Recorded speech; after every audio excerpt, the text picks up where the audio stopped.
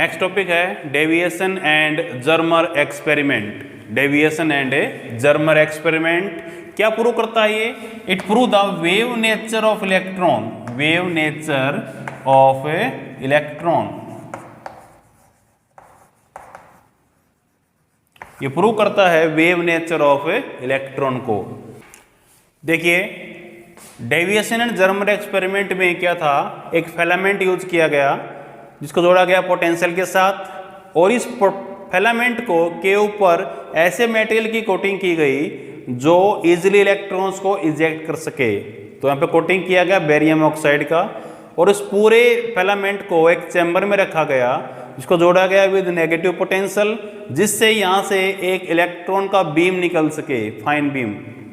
इस इलेक्ट्रॉन को बीम को एक्सेलरेट करवाने के लिए हम लोगों ने एक सिलेंडर यूज किया, मेटालिक सिलेंडर जो कि होलो था, उसको जोड़ा गया पॉजिटिव पोटेंशियल के साथ, जिस इलेक्ट्रॉन का बीम क्या होगा, इंक्रीज करेगा, स्पीड इसका इंक्रीज करेगा। तो ये अरेंजमेंट को नाम देते हैं हम लोग, it is called electron gun.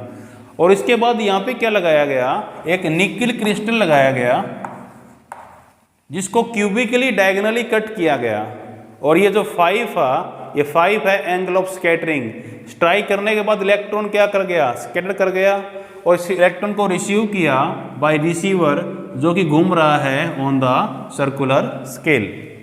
ठीक है, राइट कीजिए, लिखिए इसमें F is the filament, F is the filament which is coated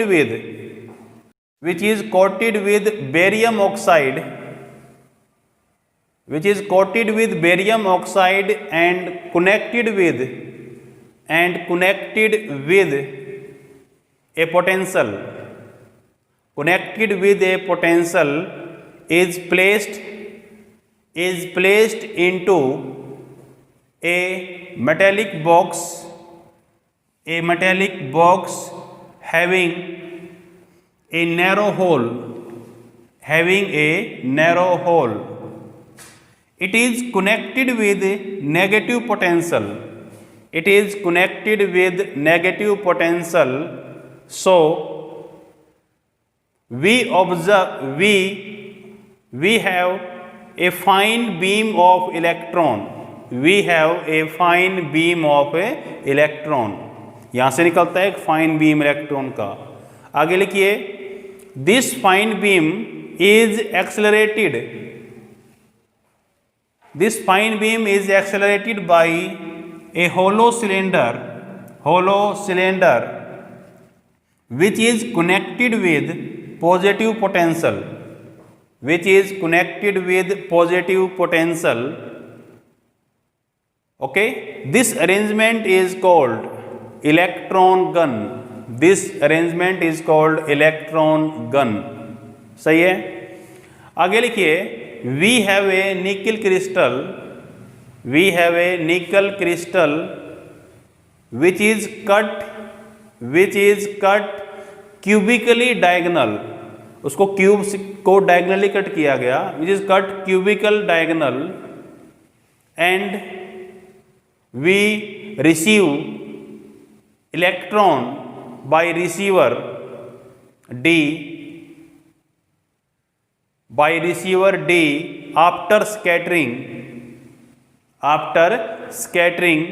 on the circular scale. अब ये अरेंजमेंट काम कैसे करता है, देखिए यहाँ पे जो 5 है, ये 5 है एंगल ऑफ स्कैटरिंग, और ये थीटा है एंगल ऑफ ग्लेंस बोलते हैं इसको, with surface angle of glens. तो इनमें क्या रिलेशन हो सकता है, जो हमारा क्रिस्टल है, निकल क्रिस्टल्स, वो कुछ इस तरह की शेप का लगता है, साइड से देखें तो इसको क्यूबिकली डायगोनली कट किया गया है। ये इलेक्ट्रॉन्स आ रहे हैं, मान लेते हैं इलेक्ट्रॉन का बीम आ रहा है, और ये स्कैटर्ड हो गया ऐसे, जो मैंने यहाँ पे दिखाया हुआ है।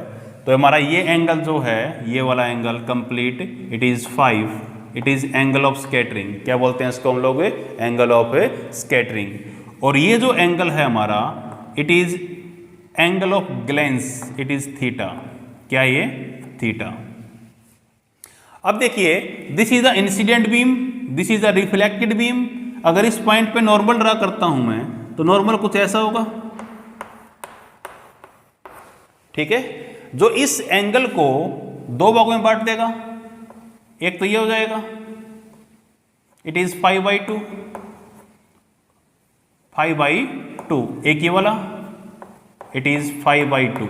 सही है, पूरा एंगल कितना है 5। अब ये देखिए, ये जो नॉर्मल है, normal with surface, it became 90 degree, यानी ये 90 डिग्री किसके बराबर हो जाए, दिस एंगल थीटा प्लस ये एंगल कितना है 5/2। तो मैं लिख सकता हूं यहां से, यहां पे ले जाएं इसको, 180 is equal to 2 theta plus 5। Okay, 180 is equal to 2 theta plus 5।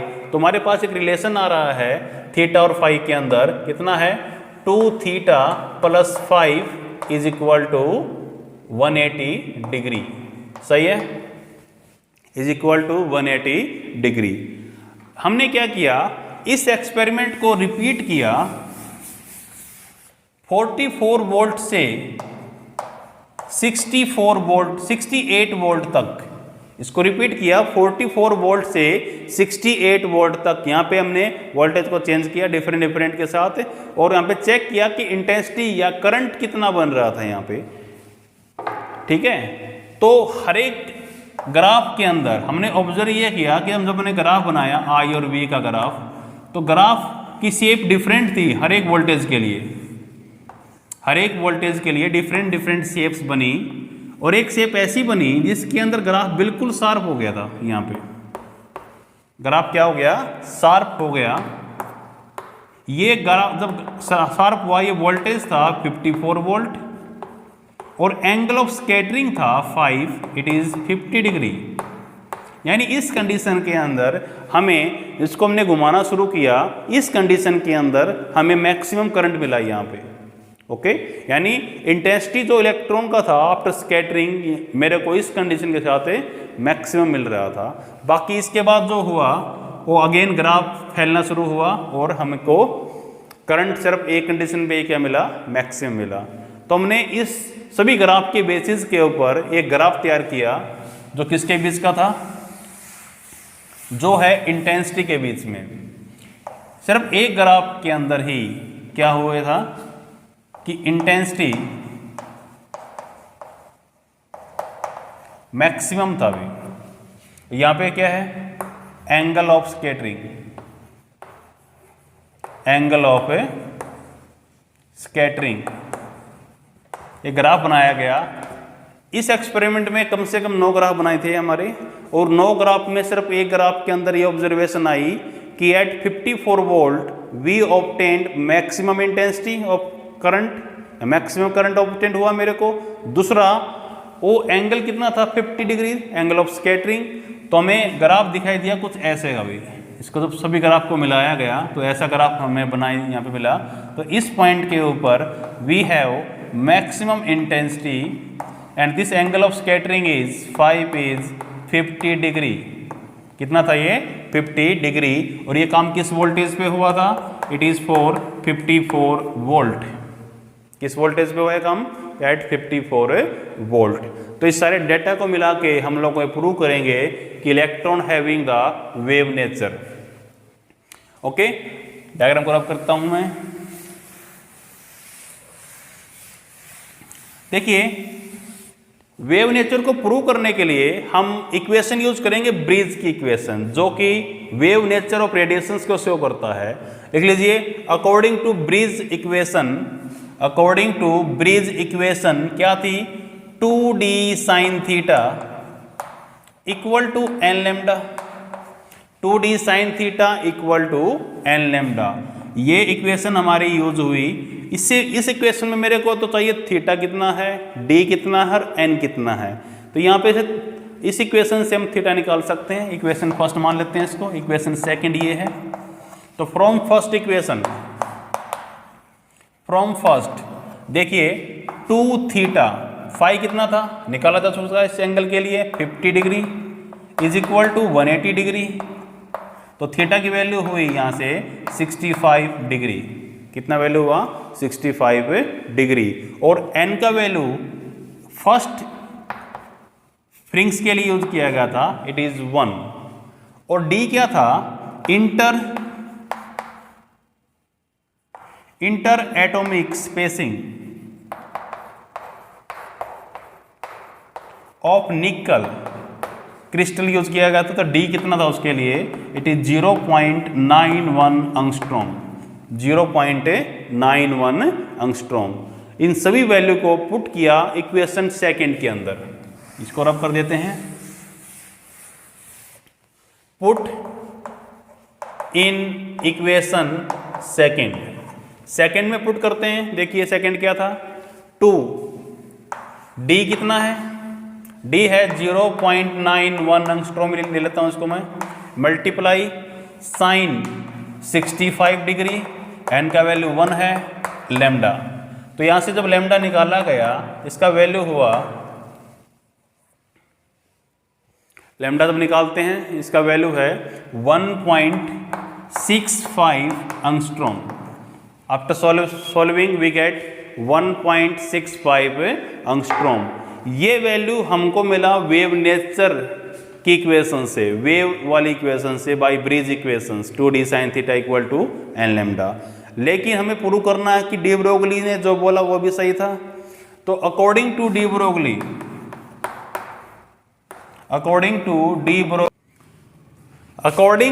Broglie wavelength of electron ने निकाला था लास्ट टॉपिक में, इट इज 12.27 √v एंगस्ट्रॉम।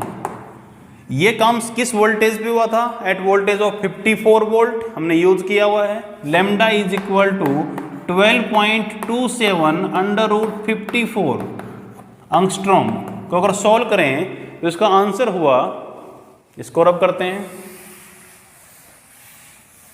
अगर इसको सॉल्व करें इसका आंसर हुआ lambda is equal to 1.66 angstrom, 1.66 angstrom.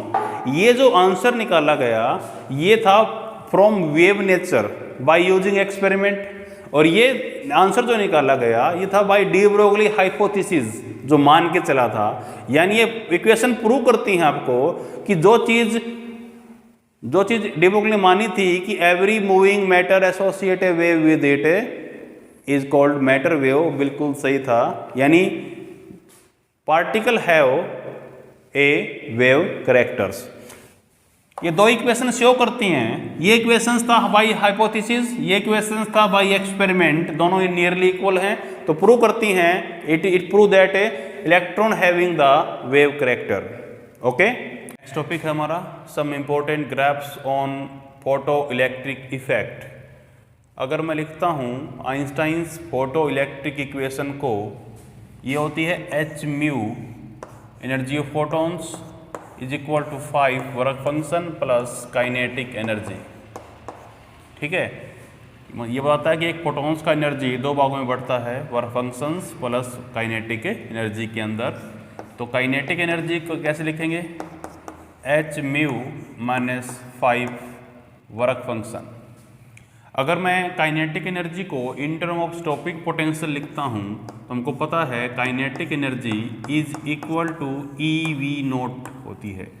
तो यहाँ पे पुट कर दे value e v naught is equal to h mu minus 5। और अगर मैं वी नोट का वैल्यू निकालूँ is equal to H by E mu minus 5 by E, work function by E. उसको कंपेयर करते हैं, compare with equation of line. तो y is equal to M X plus C. इसमें m क्या होता है, स्लोप।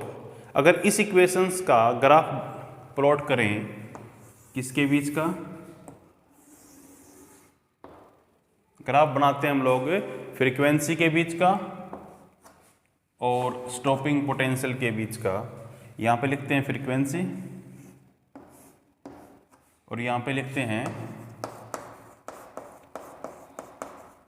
Stopping potential. तो graph का शेप आपको पता है, ऐसा बनता है। ये शो करता है थ्रेशोल्ड फ्रीक्वेंसीज को, और यहाँ पे नीचे की तरफ ग्राफ जाता है जो शो करता है इसके इंटरसेक्ट पॉइंट की नेगेटिव आंसर आ रहा है। इस इक्वेशन को रिप्रेजेंट करें इस पॉइंट से, तो ये शो करता है हमारा स्लोप को। स्लोप किसका? h/e, slope h/e। और ये शो करता है इंटरसेक्ट पॉइंट जो कि नेगेटिव का है, इट इज -phi/e। तो ये ग्राफ आपको गिवन होता है, ग्राफ का ये सेक्शन शो करता है स्लोप जो कि h/e को दिखा रखा है, और ये शो करता है हमारा इंटरसेक्ट पॉइंट को -phi/e। अगर इसी ग्राफ के अंदर एक और ग्राफ मिले हमको ऐसा,